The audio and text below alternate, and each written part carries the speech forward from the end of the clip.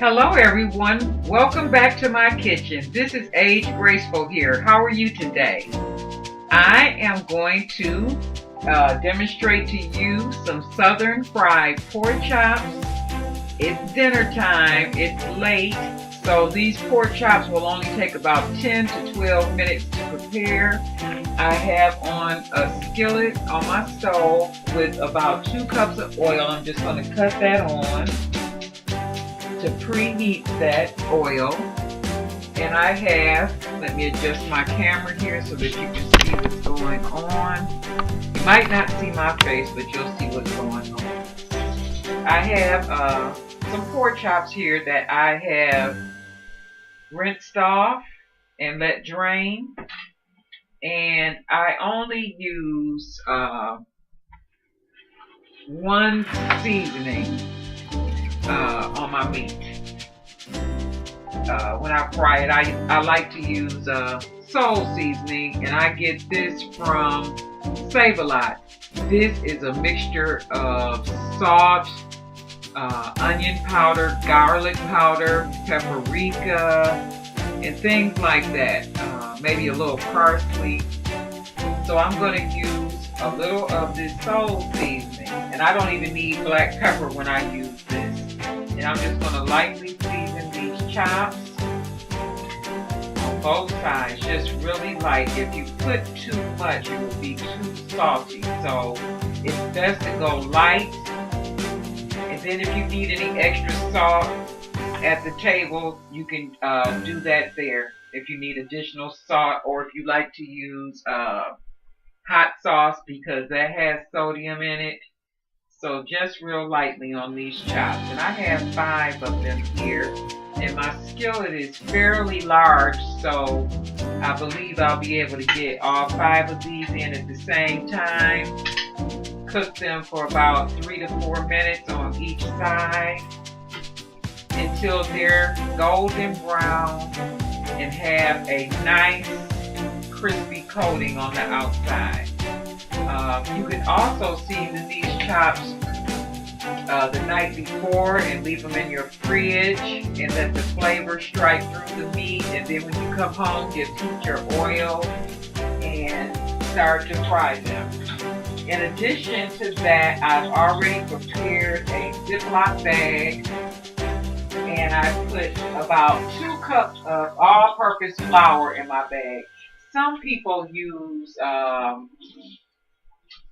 self-rising flour, and I will from time to time, but I have a special method that I do or use when I use self-rising flour, and I'll show or demonstrate that method to you a little bit later in this Age Graceful series as I begin to fry more food.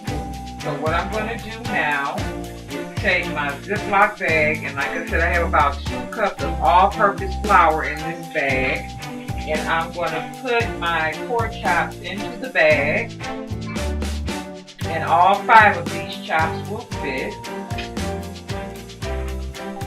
And I'll just get this out of my way. Kind of rinse my hands a little bit. When you handle meat, you should always make sure that you keep your hands clean and don't touch a lot of surfaces. Now I'm going to squeeze the top of this bag together where I can shake these chops up, and I'm going to shake them over the sink. Sometimes your bag might get a pinhole in it from a bone. So that way if you shake it over the sink, you don't have to worry about flour spilling all over your kitchen. Okay, I have those nicely coated. And what I'm going to do is just get, and I know they say water and oil don't mix, so you know what, I'm going to be safe. I'm just going to get just a pinch of flour and put it in my oil just to see. Yep, it moves around, it bounced on top of the oil. So I know that my oil is hot enough. So what I'm going to do at this point, I am going to turn my camera so that you can see the skillet there on top of the stove, and then you can watch me put these chops in. And you can see I have about a medium flame here. I think I'm gonna cut it up just a little bit more because this pan is a little large. If it begins to cook a little too fast, I will turn it back down. I'm going to now grab my bag and I'll come back into focus. Give it one more little shake. And as I take the chops out of the bag, and you can use tongues or your hands, I'm so used to this, I'm going to use my hands. Shake off the excess flour because you don't want it to just be sitting thickly on top of your meat, and that will make it very hard to bite through if you have too much flour. So I'm going to work towards the back of the skillet. I'm going to put my first chop in, and it's sizzling. After I get these in, I'm going to bring the camera over so that you can see how they're cooking here. And to go with these chops tonight, I have some macaroni and cheese that was already prepared. And I also, for a vegetable, have some rutabaga. At one point I thought I would bake these chops because I had some leftover cornbread, and I thought about making some dressing with the leftover cornbread. Always save your leftover cornbread for dressing. So now I'm just going to bring this camera over so you can see these pork chops cooking.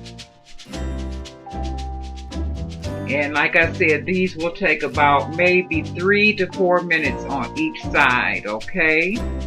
I'll bring the camera back and set it down. And I am going to pause, and then I'll bring you back when I get ready to turn the pork chops over, so that you can see how they're coming along. Okay. Okay, guys. I just wanted to bring you back in really quickly and let you see that these pork chops are frying at a pretty good clip now. So I'm just going to check to see what they're looking like. And that's almost to where I want it. But I'm going to go ahead and turn this anyway because these are called quick fix pork chops, and they're pretty thin. So by the time I turn them and they cook a few minutes on the opposite side, they're going to be done.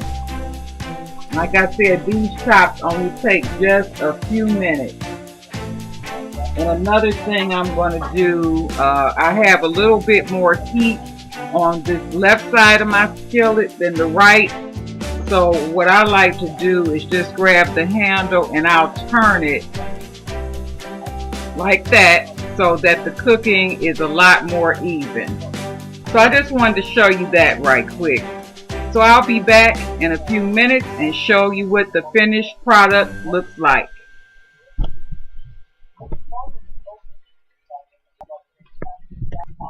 Okay guys, I'm back. These chops are done. And so what I'm going to do is to lift them out of the cooking oil, let some of that drain away, and then place it onto my plate with my napkin so it can absorb the remainder of the cooking oil. Lift the chop up out of the oil. You see the oil running off? You don't want all that. And then lay it on the plate. And I'm going to do that 3 more times for a total of 5. I had 5 chops. And you can see that that did not take very long at all to prepare these quick fix pork chops. These chops, like I say, come 5 to a pack. So if you have a larger family, you might want to get 2 packs if there are only 5 or 6 in the pack. So, well, I'll just put this here for now. Should have put a plate here. Let me cut off my fire here. And here we have it. Quick fix pork chops, golden brown. Thank you for coming to Age Graceful's Kitchen to enjoy some more soulful eats. If you have not already done so, please consider subscribing. There's a subscribe button in the lower left-hand corner of your screen, and there's also one at the top. There's a card, and you can watch some more videos from Age Graceful Soulful Eats. Thank you for coming. Have a good evening. Bye.